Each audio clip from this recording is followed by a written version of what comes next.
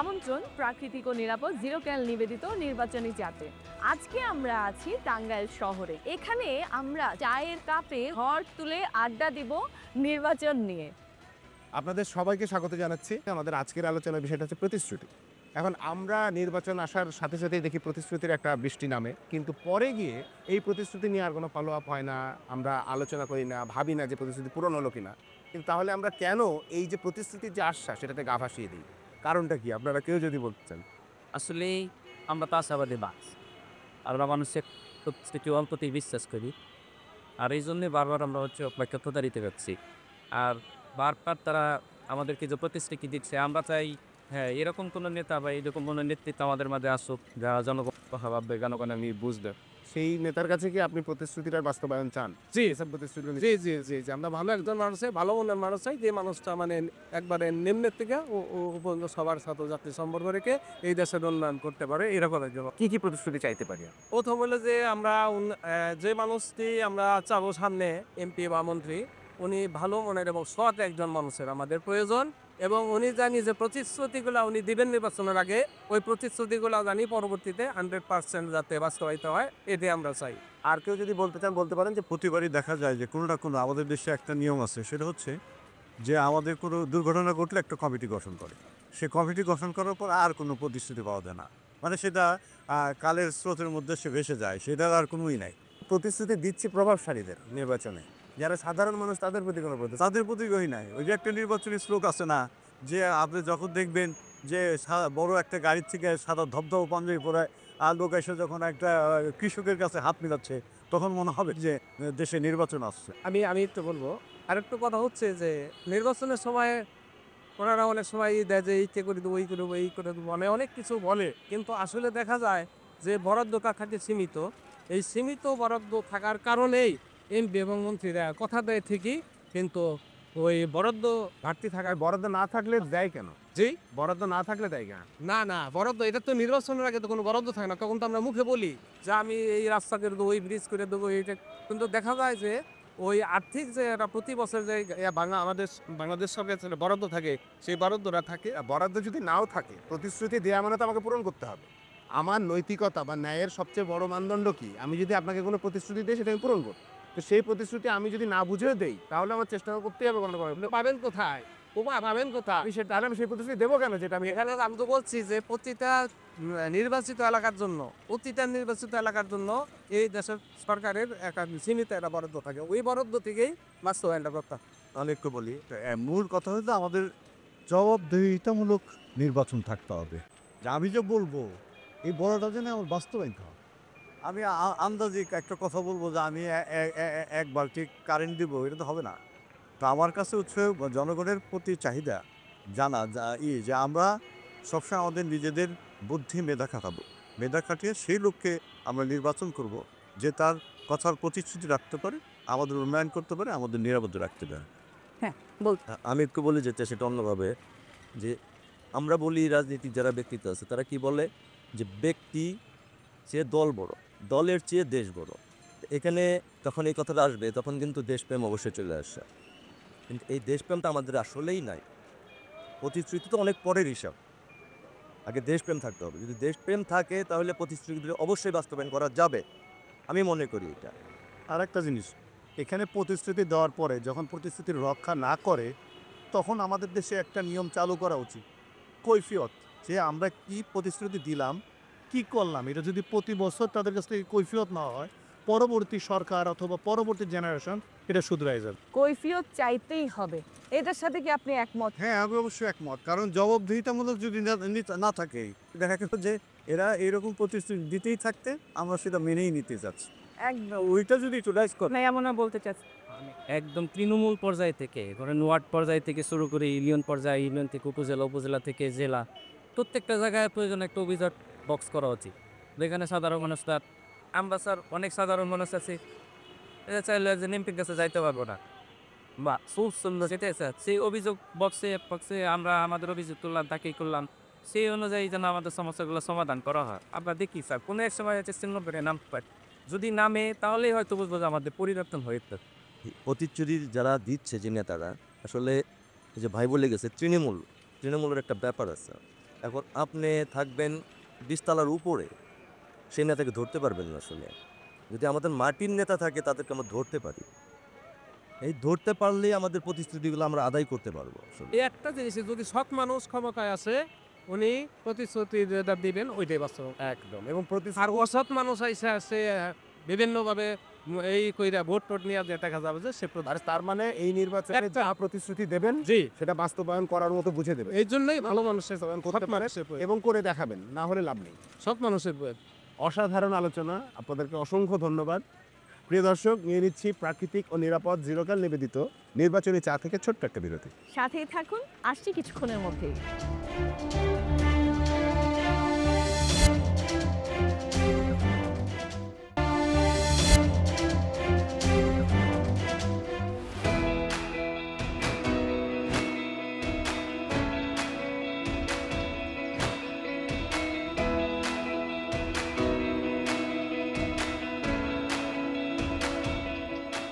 আমারও আমন্ত্রণ প্রাকৃতিক ও নিরাপদ জিরোক্যাল নিবেদিত নির্বাচনী চাতে। আমাদের সাথে এই মুহূর্তে কয়েকজন বিশ্ববিদ্যালয়ের শিক্ষার্থী আছেন এবং তাদের সাথে আমরা আড্ডায় মেতে উঠব।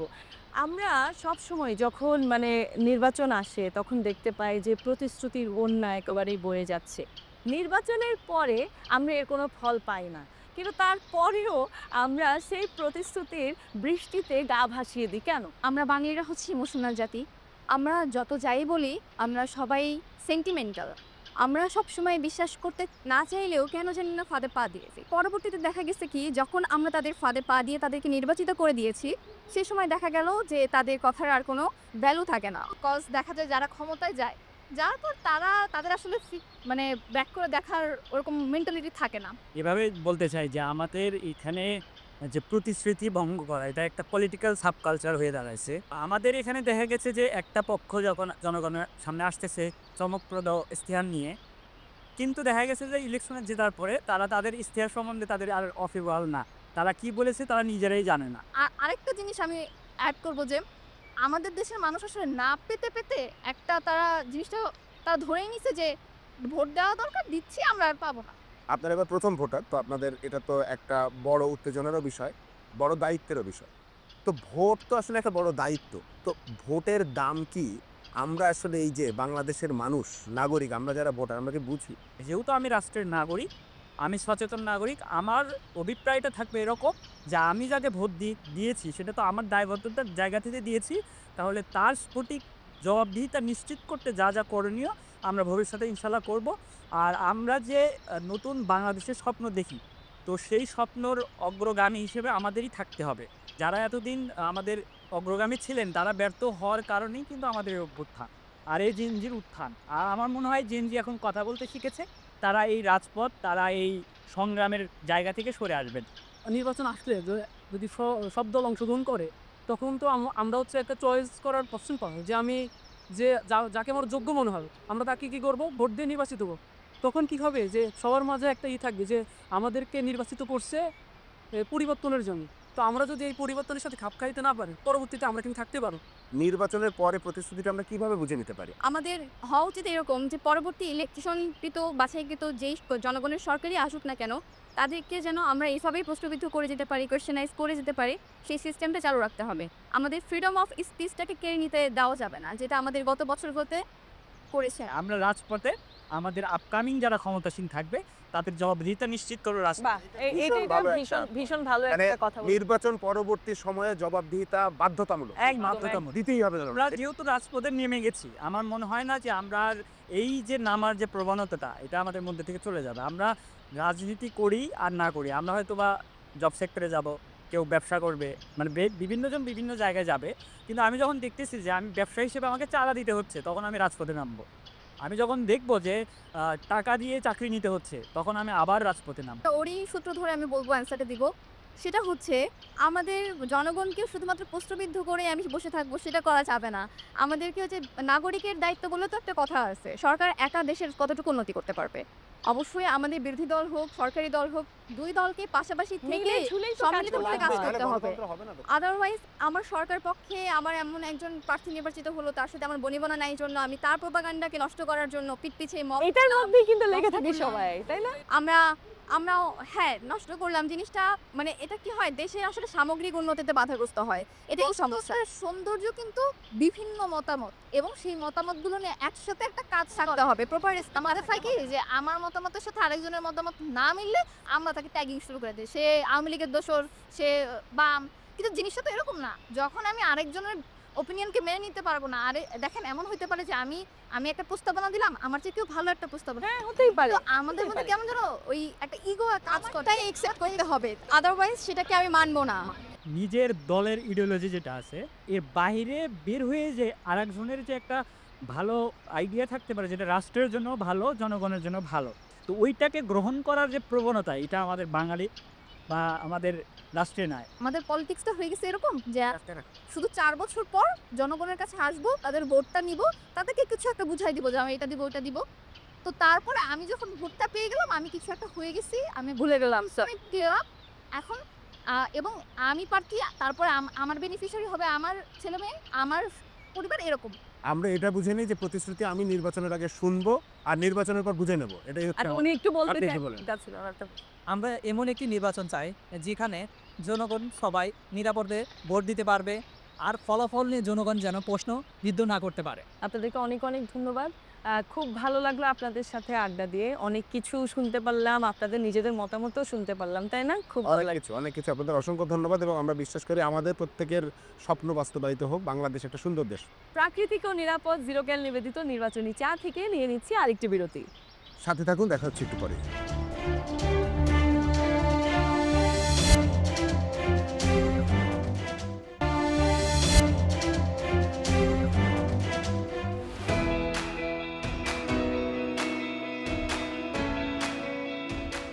বিরতির পর আবার ফিরে এলাম প্রাকৃতিক ও নিরাপদ জিরোকাল নিবেদিত নির্বাচনী চাঁদ। আমরা এখনো আছি টাঙ্গাইলে এবং আমাদের সাথে আছেন টাঙ্গাইলের কিছু কিছু মানুষ। প্রতিবার নির্বাচন এলে প্রতিশ্রুতির বন্যা হয়, কিন্তু নির্বাচন শেষ হওয়ার পর আমরা এর কোনো ফল পাই না। তারপরেও আমরা একদম প্রতিশ্রুতির এই যে বৃষ্টির আমরা গা ভাসাই, এটা কেন করি? আমরা একেবারে বাংলাদেশের জন্মের শুরু থেকে, এমনকি তার আগে থেকেও প্রতি নির্বাচনেই আমরা দেখি প্রার্থীরা অনেক কিছু বলে, কিন্তু বিজয়ী হওয়ার পর তারা আর সেগুলো বোধহয় মনেই রাখেন না। তারা বোধহয় মানুষকে মনে করে যে এদের বোধহয় স্মৃতিশক্তি কম। হ্যাঁ, আজকে যা বলে যাচ্ছি, হ্যাঁ এরা ভুলে যাবে, অতএব বলতে আমাদের কোনো আপত্তি নেই। এবং একটা জিনিস আমার মনে হয় যে নাগরিকদেরও কিছু দায়িত্ব থাকা উচিত।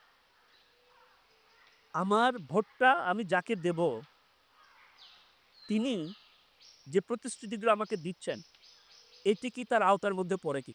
স্যার যথাযথই বলেছেন যে আমাদের আসলে সচেতন হতে হবে জনগণের, যার দায়িত্ব যতটুকু সেই দায়িত্বের মধ্যে তার সীমাবদ্ধ। আমাদেরকে বোঝার চেষ্টা করতে হবে যে আমরা যাকে প্রতিনিধি হিসাবে নির্বাচন করব তার এইটা দায়িত্ববোধের মধ্যে পড়ে কিনা। তার দায়িত্বের মধ্যে না পড়লে সে যে প্রতিশ্রুতি যেটা দিবেন সেটা তো আসলে তার রক্ষা করা তার সম্ভব হবে। আমাদের যারা এই নির্বাচনে যারা প্রতিদ্বন্দ্বিতা করবেন এবং যারা সরকার গঠন করবেন তাদের কিন্তু এটা আসলে মনে রাখতে হবে যে জনগণ একটা সহ্য সীমা পর্যন্ত তারা অপেক্ষা করে, কিন্তু তারপরে কিন্তু এটা জনবিস্ফোরণ হয়ে যায়।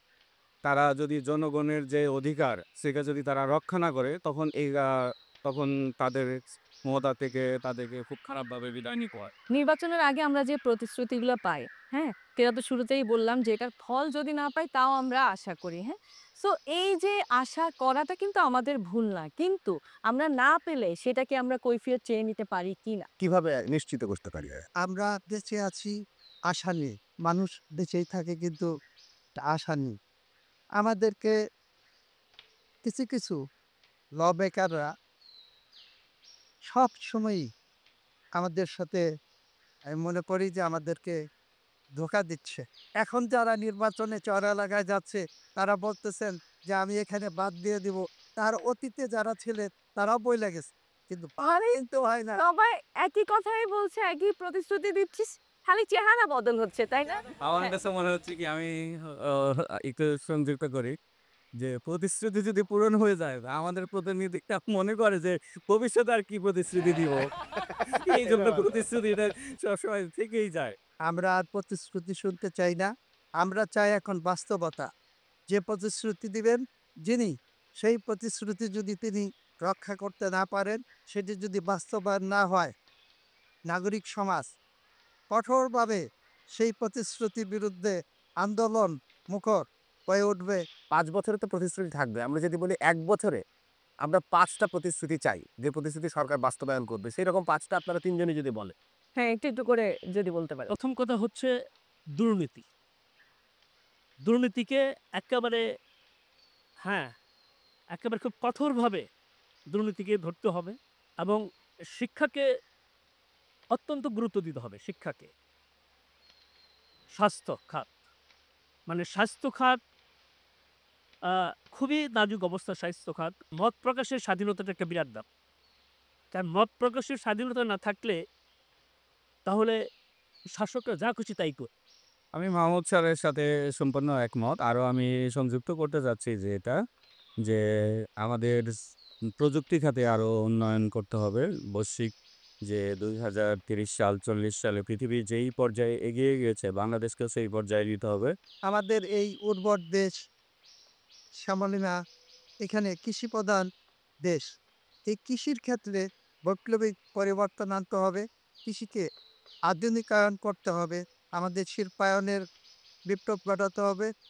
এবং যদি শিল্পায়নের ব্যাপক উদ্যোগ গ্রহণ করা হয়, তাহলে বেকারত্ব কমবে। অসাধারণ আলোচনা হলো। আপনাদের সবাইকে অসংখ্য ধন্যবাদ। প্রিয় দর্শক, আজ সারাদিন টাঙ্গাইলের মানুষের সাথে আমাদের কথা হলো প্রতিশ্রুতি নিয়ে, নির্বাচনের প্রতিশ্রুতি। আমরা একটা জিনিস আমরা বুঝে গেলাম যে সামনের নির্বাচনে যদি কেউ প্রতিশ্রুতি ভঙ্গ করে নির্বাচন শেষে, তাহলে তার নিস্তার নেই। আজকের মতো প্রাকৃতিক ও নিরাপদ জিরো ক্যাল নিবেদিত নির্বাচনী চা থেকে নিয়ে নিচ্ছি বিদায়, এবং দেখা হবে অন্য আরেকটা শহর থেকে। চ্যানেল 24 এর সাথে থাকুন। দেখা হচ্ছে।